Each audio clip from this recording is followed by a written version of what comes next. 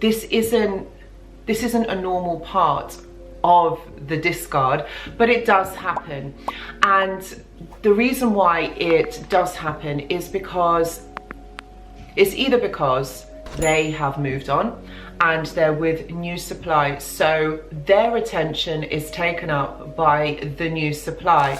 You are not going to be giving them any fuel. It might mean that you are too broken, you're too upset, you don't have the energy that you once did. It could be that they have really just grown bored of you at this moment. Remember, nothing stays the same with a narcissistic individual. It doesn't stay the same throughout, because they literally go through these cycles over a certain period of time, which you probably have grown accustomed to. It's probably that you've noticed this happening, all right? So they are spending their time and energy on this new supply.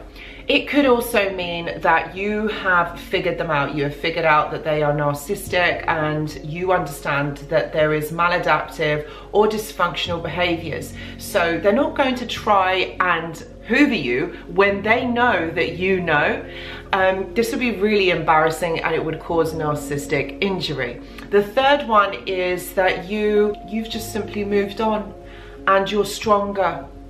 And at this moment, they feel like it's not worth their while to hoover you back, because if there is a rejection, all right, or they figured out that there is going to be some sort of a rejection, then they won't try. Remember, they have fragile egos. They're not going to do something that is going to put them in a disadvantage. They are always going to make sure that they win in every single situation. So if they are going to attempt to hoover you and you reject them, oh boy, this is going to cause narcissistic injury, so they're not going to do that at all. But then you've got to ask yourself the question, why are you expecting this hoover? And you've got to be really honest with yourself. What does this hoover mean for you? So there's a variety of reasons why you might want the hoover to happen. You want that formal relationship to kind of reignite or begin again, or you're still caught up in the emotional sea of believing that things can be put right somehow, that maybe you could have done something different, or you could have said something different that would have caused the outcome of the relationship to be different. But you see, the problem is here that this is really dangerous thinking, because it doesn't matter what you would have said, what you would have done, if you would have dressed differently, or if you've gone somewhere differently or done something differently, this wouldn't have changed the outcome of what had happened. And I know that we circle through this in our mind. We feel like this, you know, you could have done something, because this is the part of you trying to understand why this was the ending of the relationship. And so what you're doing here is you are lowering your energy. You're willingly submitting to this negative, to this abusive, toxic relationship, because you're struggling to understand. And by the narcissist not hoovering you, it's making you feel unworthy. It's making you feel like you're not good enough. So it's having a negative effect on you. And this is why this is done. This is why the silent treatment or the disappearing act is done. It's because it's to leave you without any answers. There's no validation. You struggle to try and understand exactly what has happened. So this is why you're toying with the idea that maybe they could come back, maybe I could change the outcome of the relationship. But this is really dangerous thinking. And I feel like if you are someone who is in this position and someone who is going through this, I would say perhaps maybe talk to a clinical professional or somebody that would understand, because I think that this idea or these kind of thoughts might really be damaging you.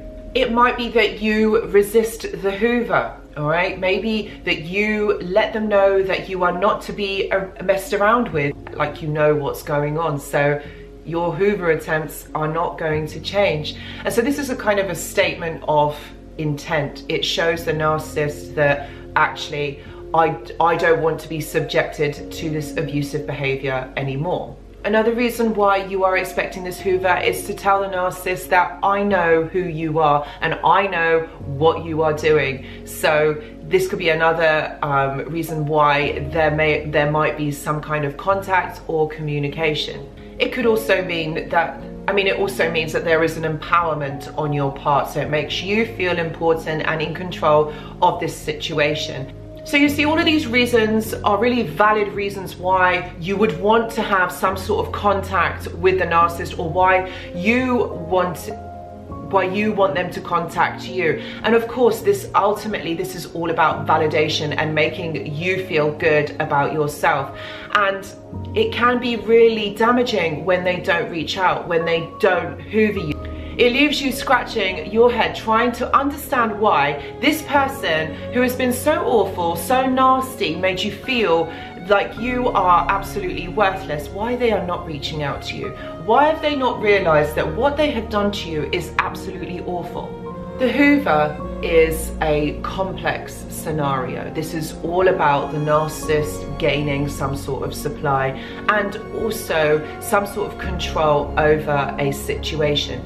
Now, I've written about this numerously, like narcissists don't really ever forget their exes. And this is all about the attachment disorder. When they attach onto you, even though they don't treat you very well, they still want to have some sort of contact. They want to be able to check up on you. They want to be, watching you, and that's what they do. I've got a great video all about this, why the narcissist is still watching. I'm going to link it up here. So this is all about the narcissist still having some sort of gateway to you. This is why when they left, they gave you no explanation. They never actually told you in so many terms that the relationship is actually over.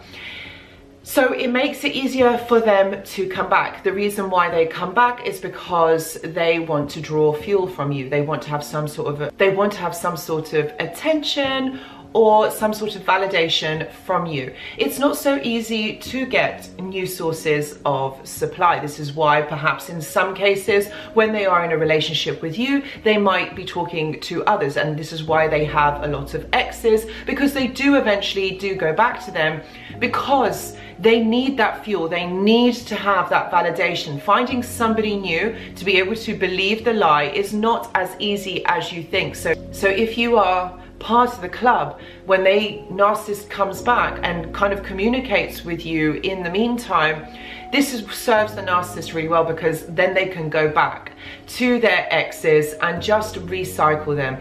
This isn't about a real relationship. It doesn't mean that they are going to be happy with their exes, that they've suddenly realized that they are fallen in love with them again.